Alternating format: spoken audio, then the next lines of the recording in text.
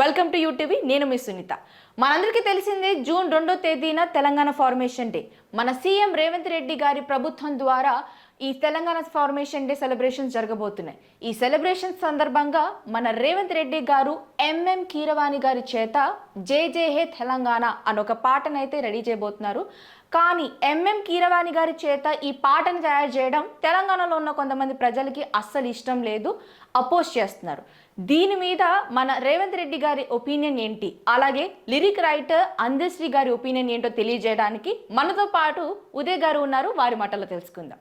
June 2వ తారీఖున తెలంగాణ రాష్ట్ర ప్రభుత్వం ఆధ్వర్యంలో ముఖ్యంగా రేవంత్ రెడ్డి గారి ముఖ్యమంత్రి అధ్యక్షతన మొట్టమొదటిసారిగా తెలంగాణ రాష్ట్ర ఆవిర్భావ వేడుకలు ఘనంగా జరగబోతున్నాయి. అయితే దీనికి సంబంధించి రేవంత్ రెడ్డి గారు గత 1-2 రోజుల క్రితము జే జే హే పాటను రికార్డింగ్ చేపిస్తూ దాని బాధ్యతలంతా కూడా అందశ్రీ గారికి అప్పచెప్పడం జరిగింది. అయితే అందశ్రీ గారు దాని రికార్డింగ్ బాధ్యతలన్నీ కూడా ఎంఎం కీరవాణి గారికి అప్పచెప్తూ వారు కూడా ఉండడం జరిగింది.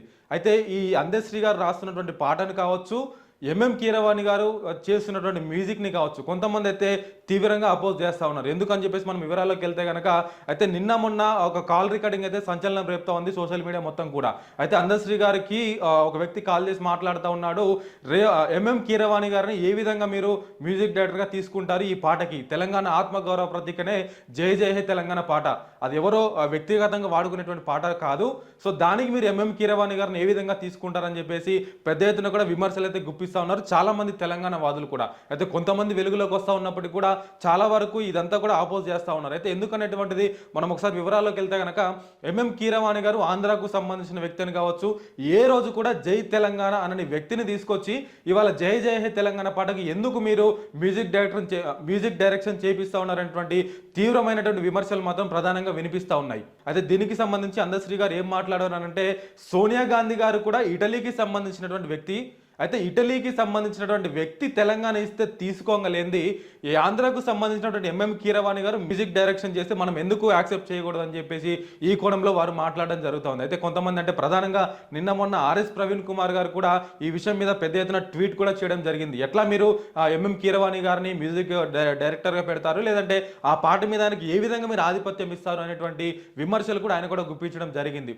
అయితే మొత్తానికి తెలంగాణలో సంగీత దర్శకులు చాలానే ఉన్నారు, అదేవిధంగా లిరిక్ రైటర్స్ కావచ్చు, సంగీత దర్శకులు కావచ్చు, కళాకారులు ముఖ్యంగా ఎంతో మంది ఉన్నప్పటికీ ఎందుకు ఎంఎం కీరవాణి గారినే తీసుకోవాల్సి వచ్చిందని చెప్పేసి ప్రధానంగా మాట్లాడుకుంటున్నటువంటి పరిస్థితి. అయితే దీనికి సంబంధించి మనం ఒకసారి మాట్లాడుకుంటే కనుక గత కొద్ది రోజుల క్రితమే ఎంఎం కీరవాణి గారు అద్దంకి దయాకర్ గారితో కలిసి ఒక మూవీని కూడా డైరెక్ట్ చేయడం జరిగింది. ఆ మూవీకి ఎంఎం కీరవాణి గారు మ్యూజిక్ డైరెక్టర్గా ఉన్నారు. అయితే ఎప్పుడైతే అందశ్రీ గారు, ఎంఎం కీరవాణి గారు, ఇంకొంతమంది ప్రముఖులు రేవంత్ రెడ్డి గారిని ఈ పాట విషయం కలిసినటువంటి సందర్భంలో అక్కడ అద్దంకి దయాకర్ గారు కూడా అక్కడే ఉన్నారు. అయితే అద్దంకి దయాకర్ గారు అదేవిధంగా అందశ్రీ గారు వీరిద్దరి కాంబినేషన్లో మన ఎంఎం కీరవాణి గారు అయితే ఇంకొంత బాగా పాట వస్తుందని చెప్పేసి వారు కూడా అనుకుంటున్నటువంటి పరిస్థితి. అయితే ఈ విషయాలు ఈ విధంగా ఉంటే కనుక గత కొద్దిసేపటి క్రితమే రేవంత్ రెడ్డి గారు కూడా తెలంగాణ రాష్ట్ర చిహ్నాన్ని కూడా మార్చాలని చెప్పేసి వారు ఆదేశాలు కూడా జారీ చేయడం జరిగింది. ఏదైతే తెలంగాణ రాష్ట్ర చిహ్నంలో మనం చూసినట్లుగా అటు చార్మినార్ బొమ్మ కావచ్చు, అదేవిధంగా కాకతీయుల తోరణాన్ని తీసేసి ఇంకా వేరే దానికి పెట్టాలని చెప్పేసి కూడా వారు ఉత్తర్వులు జారీ చేయడం జరిగింది. అయితే దీనికి సంబంధించి కొద్దిసేపటి క్రితమే KTR, BRS working president KTR కూడా మాట్లాడుతూ కాకతీయుల కళాతోరణాన్ని అదేవిధంగా చార్మినార్ను తీసివేయడము సిగ్గుచేటు, ఇది తెలంగాణ సమాజానికి తీవ్రమైనటువంటి అవమానం జరిగినట్లు అని చెప్పేసి వారు కూడా ట్వీట్ చేయడం జరిగింది. అయితే ఈ విషయాలన్నీ కూడా ఈ విధంగా ఉంటే జూన్ 2వ తారీఖు రోజు మరి పాట రెడీ అవుతుందా, ఒకవేళ రెడీ అయితే కనుక ఎంఎం కీరవాణి గారి అధ్యక్షతను మాత్రమే రెడీ అవుతుందా అనేటువంటి విషయాలన్నిటి కూడా మనం ఇంకొద్ది రోజుల్లో తెరపడేటువంటి అవకాశం అయితే కనిపిస్తోంది. చూద్దాం జూన్ 2వ తారీఖు రోజు ఏం జరగబోతోంది.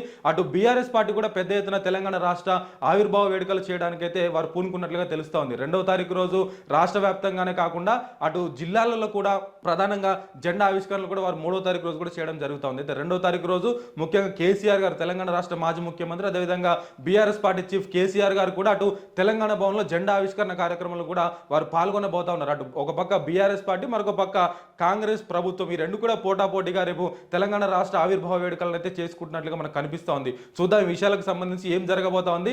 అందశ్రీ గారి విషయంలో అదేవిధంగా కొద్దిసేపటి క్రితమే రేవంత్ రెడ్డి గారు కూడా మాట్లాడుతూ ఈ విషయంపై స్పందించారు. అయితే ఆ పాట యొక్క బాధ్యతను నేను అందశ్రీ గారికి మాత్రమే అప్పగించడం జరిగింది. అందశ్రీ గారు ఎవరితో చేయించినా కూడా మాకు అభ్యంతరం లేదు, అందశ్రీ గారే ఆ పాట యొక్క పూర్తికి బాధ్యత వహించాల్సి ఉంటుందని చెప్పేసి రేవంత్ రెడ్డి గారు కూడా మాట్లాడడం జరిగింది. అయితే అందశ్రీ గారే మరి కీరవాణి గారిని సెలెక్ట్ చేసుకున్నారా, లేదంటే అద్దంకి దయాకర్ గారు కీరవాణి గారిని తీసుకొచ్చారా, లేదంటే రేవంత్ రెడ్డి గారి ఇష్టం మేరకే కీరవాణి గారు అక్కడ పనిచేస్తా ఉన్నారా? ఇటువంటి అంశాలన్నిటికీ మరికొద్ది రోజుల్లోనే తెరపడేటువంటి అవకాశం అయితే కనిపిస్తుంది. మొత్తానికి జయ జయ హే తెలంగాణ అనేటువంటి తెలంగాణ రాష్ట్ర గీతానికి ఎంఎం కీరవాణి గారు అయితే సంగీతాన్ని అందించబోతా ఉన్నారు. కాబట్టి 2వ తారీఖు రోజు ఆ పాట రిలీజ్ అవుతా ఉందా? అయితే ఒకవేళ తెలంగాణ రాష్ట్ర ప్రజలు అదేవిధంగా వ్యతిరేకిస్తున్నటువంటి అటు బీఆర్ఎస్ శ్రేణులు కావచ్చు, ఇంకొంతమంది తెలంగాణ వాదులు కావచ్చు, వారి ఆలోచన లేదా వారి వ్యతిరేకత ఏ విధంగా ఉంటుందని చెప్పేసి జూన్ 2వ తారీఖు రోజు మనకైతే స్పష్టంగా కనిపిస్తూ ఉంది. దీనికి సంబంధించి మరికొన్ని విషయాలతో నేను మీ ముందుకు వస్తాను. అంతవరకు చూస్తూనే ఉండండి యూటీవీ.